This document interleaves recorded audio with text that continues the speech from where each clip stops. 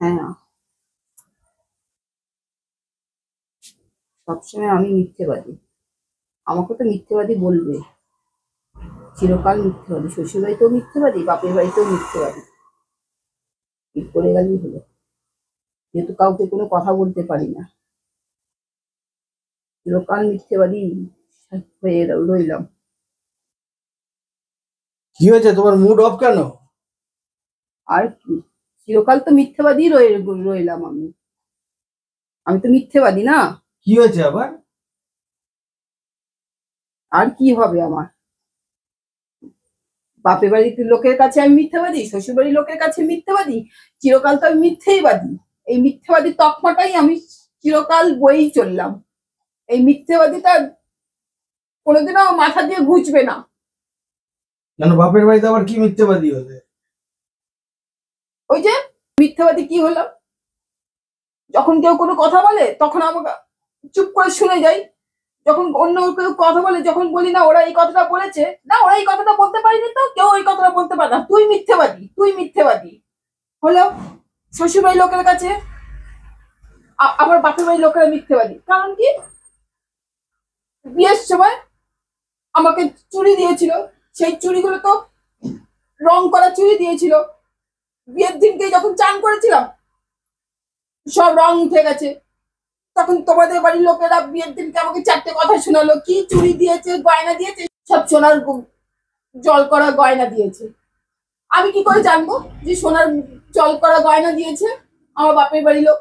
তখন ঘর শুদ্ধির লোক কি চিটিংবাজ বাবা, চিটিংবাজ বাবা।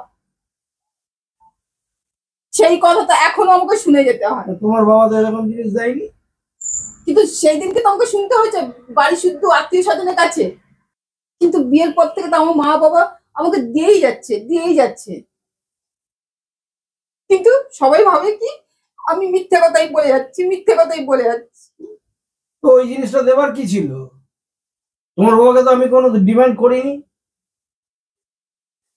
না আমার বাড়ি থেকে কেউ কোনো কথা বলেছিল যে চুড়ি দিতেই হবে।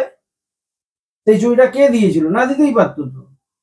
কিন্তু সেই কথা আমি আজ পর্যন্ত বলিনি যে আমাকে বিয়ের দিনকে আমাকে এত কথা শুনিয়েছিল। আমি আজ পর্যন্ত কোনোদিনও, এতদিন আমাকে শ্বশুরবাড়ির লোকেরা আমাকে এত কথা শুনিয়ে গেছে যে আমাকে শ্বশুরবাড়ি থেকে চিটিংবাজ বলেছে, আমাকে বলেছে গয়না দেয়নি, চিটিংবাজ। আমার বাবাকে সেই দিনকে, প্রথম দিনকে চিটিংবাজ, আমার ফ্যামিলিকে নিয়ে এত কথা শুনিয়েছে, কিন্তু আমি আজ পর্যন্ত কেউ কোনো কথা গিয়ে আমি আমার বাপের বাড়িতে বলিনি যে আমাকে এত কথা শুনিয়েছে। আমি আজ পর্যন্ত কোনোদিনও কোনো কথা বলিনি। কারণ কি, বললে তারা কষ্ট পাবে। কারণ শ্বশুর বাড়ির কথা গিয়ে বাপের বাড়িতে বলবো? কিন্তু তা সত্ত্বেও যখন অন্য কোনো বোনেরা আমাকে কোনো কথা শোনায়, যদি কোনো যা ভুল করে যদি মাকে কোনো কথা বলি, তুই তো মিথ্যে কথা বলিস, তুই তো মিথ্যে কথা বলিস।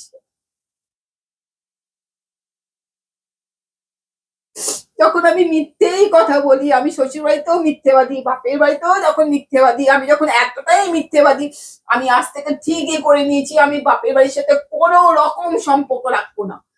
কারণ তারা তো প্রথম দিনই আমার নাকটা কাটিয়ে দিয়েছিল। দিত না, আমাকে শুধু শাখা পলা পরে পরিয়েই পাঠাতো। কি দরকার ছিল আমাকে শাখা চুড়ি দেওয়ার? সবার সামনে আমাকে কি বলার দরকার ছিল যে তোকে 4 গাছে চুড়ি দিচ্ছি? দিত না, শুধু শাখা পলা পলা পলা পাঠিয়ে তো। আমি কি বলেছিলাম যে আমাকে চুড়ি দাও, আমাকে এটা দাও? আমি গরিবের ছেলেকে বিয়ে করেছি, আমাকে দেওয়ার দরকার ছিল না।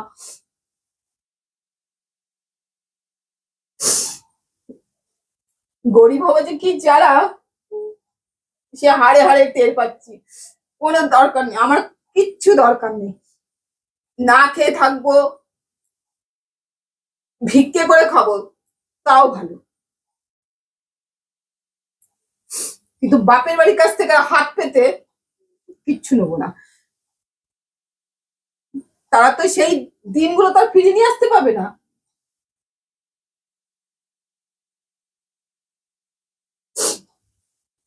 অনেক হয়েছে। ওই যে বলো কত জন্মের পাপ করলে না একটা মেয়েকে এই কথাগুলো শুনতে হয়।